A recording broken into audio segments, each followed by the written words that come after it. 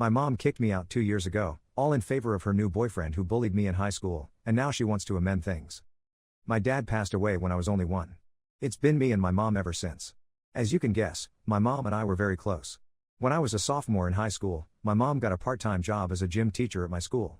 I supported her when she asked if I would be comfortable with it. It was extremely uncomfortable when guys would make comments on my mom's appearance. It also gave ammo to Brad, who bullied me in high school. He would make inappropriate comments about her towards me. Brad was a year ahead of me, so I thought I was finally rid of him after he graduated. I was wrong. When I became a senior, my mom started going out very often.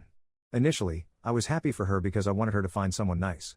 However, it came to a point where barely got any time together. To be frank, I thought she was avoiding me. This was because whenever I tried to make plans with her, she had already made plans before. I sort of kept it to myself because I didn't want to come off needy. I didn't complain when she missed my birthday because she was out all night. When she tried to apologize the next day, I told her it was okay. After 6 months of this behavior, I decided to take action. I asked my mom if we could have dinner together, just the two of us. She said she was too busy. I got fed up and told her to stop ignoring me. She said that she wasn't ignoring me but that she had a life to live. That really hurt me a lot. Out of anger, I started to ignore her for a few days. After those days passed, she finally apologized to me. However, she said she needed to talk to me about something important. She wanted to introduce me to her boyfriend at dinner. She didn't sound excited about it. It sounds like she almost dreaded it. When the door rang, my mom opened it up and introduced the guy to me. I was in extreme shock. It was Brad. I almost screamed at my mom, asking her what is he doing here. Brad came forward to acknowledge that this situation was uncomfortable, but he's sorry for how he treated me in school and that he really cares about my mom. My mom asked us to sit and let her explain how this all happened. I remember screaming, "I don't give a fuck about your explanation. You tossed me aside for this piece of shit. You're a pathetic excuse of a mother." My mom then defended him when said, "Don't you dare call him that." She then said she tried to accommodate everyone in this tough situation by keeping the relationship away from me. She then said, "Like it or not, Brad is here to stay. If you don't like it, you're more than welcome to leave."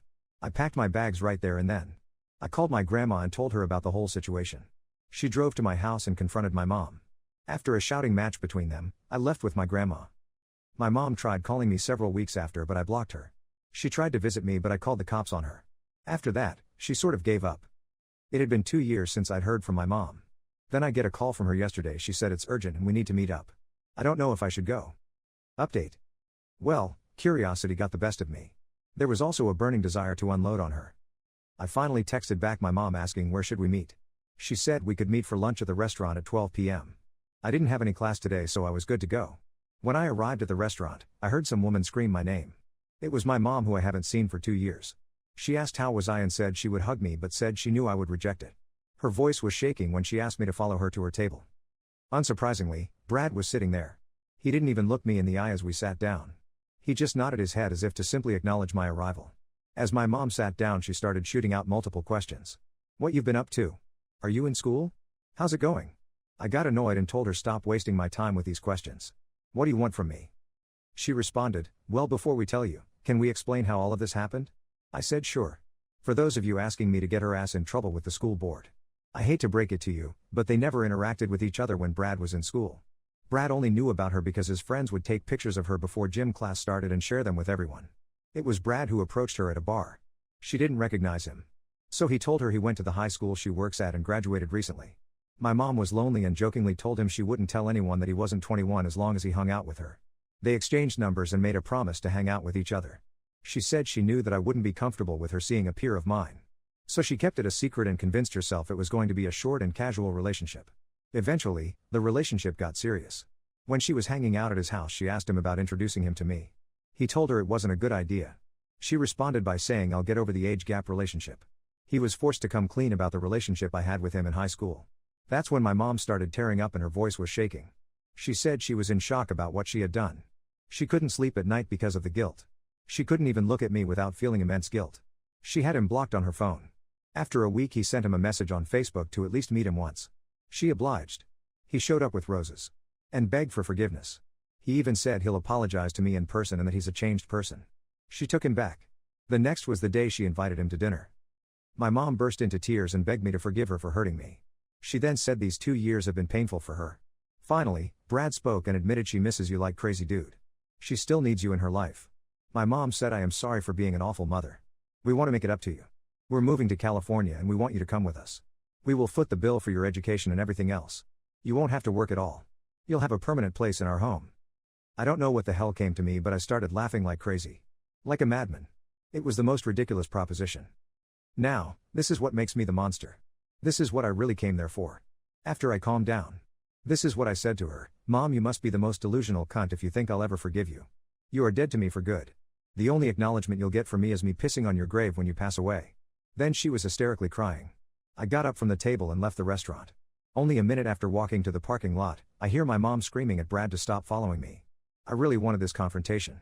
The moment he grabs my shirt, I turn around and sucker punch him in the face. He drops on the road with his mouth bleeding. My mom comes to physically restrain him from hurting me until he calms down. I told them, this is what I think about your proposal. It's been 4 hours now after the incident. I know deep down I should be ashamed of myself. But I feel amazing inside. I don't know if adrenaline can last that long. It feel like I took my power back. Edit. I don't what job Brad has. My mom on the other hand has been saving up money ever since my father passed. I remember her telling me if I got good grades she'll take out a loan for me to pay for my school and pay it back herself. Story 2. My best friend from childhood invited me to her wedding but forgot to assign me a seat. I spent the night alone in a separate room. My childhood best friend, 23F, got married this weekend and I was so excited to be there to support her on her big day. I'm a chocolatier, so the bride asked me if I could create the wedding favors and dessert table.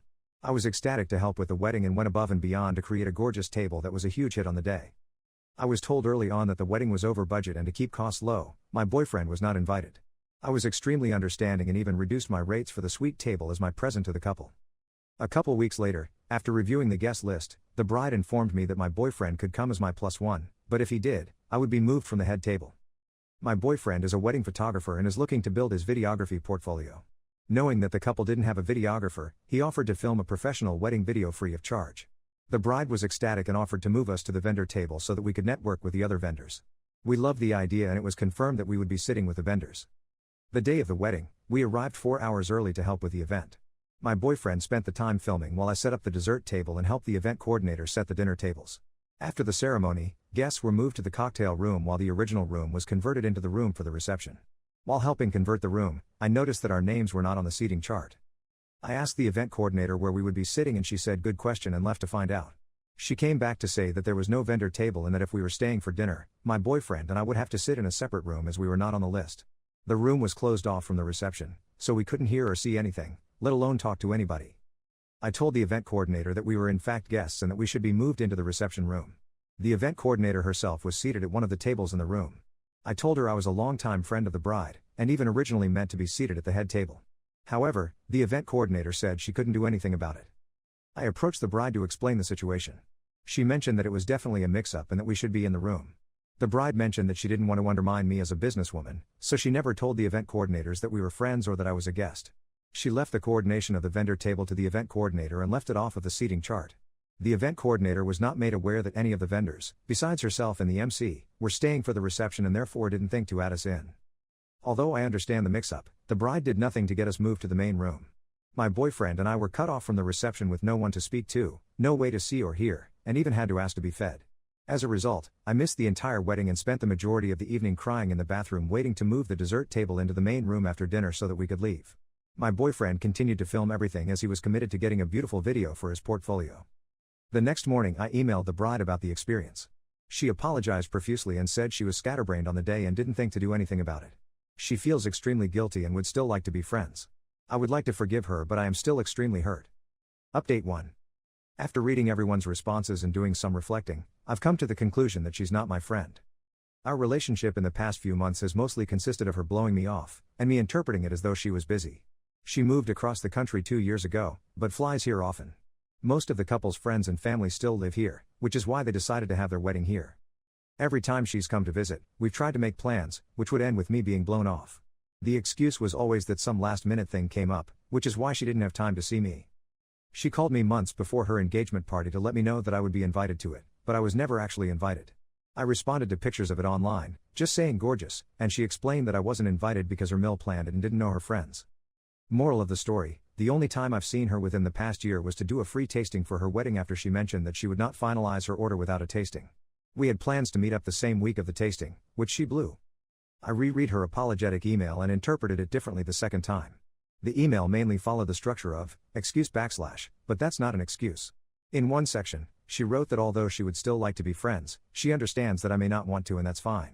To me it seemed as though she was saying she wouldn't care if we were to no longer be friends. At the end of the email, she added, "P.S. We would still like the video, despite making it a point prior to the wedding to let my boyfriend, and I know that she couldn't care less about the wedding video."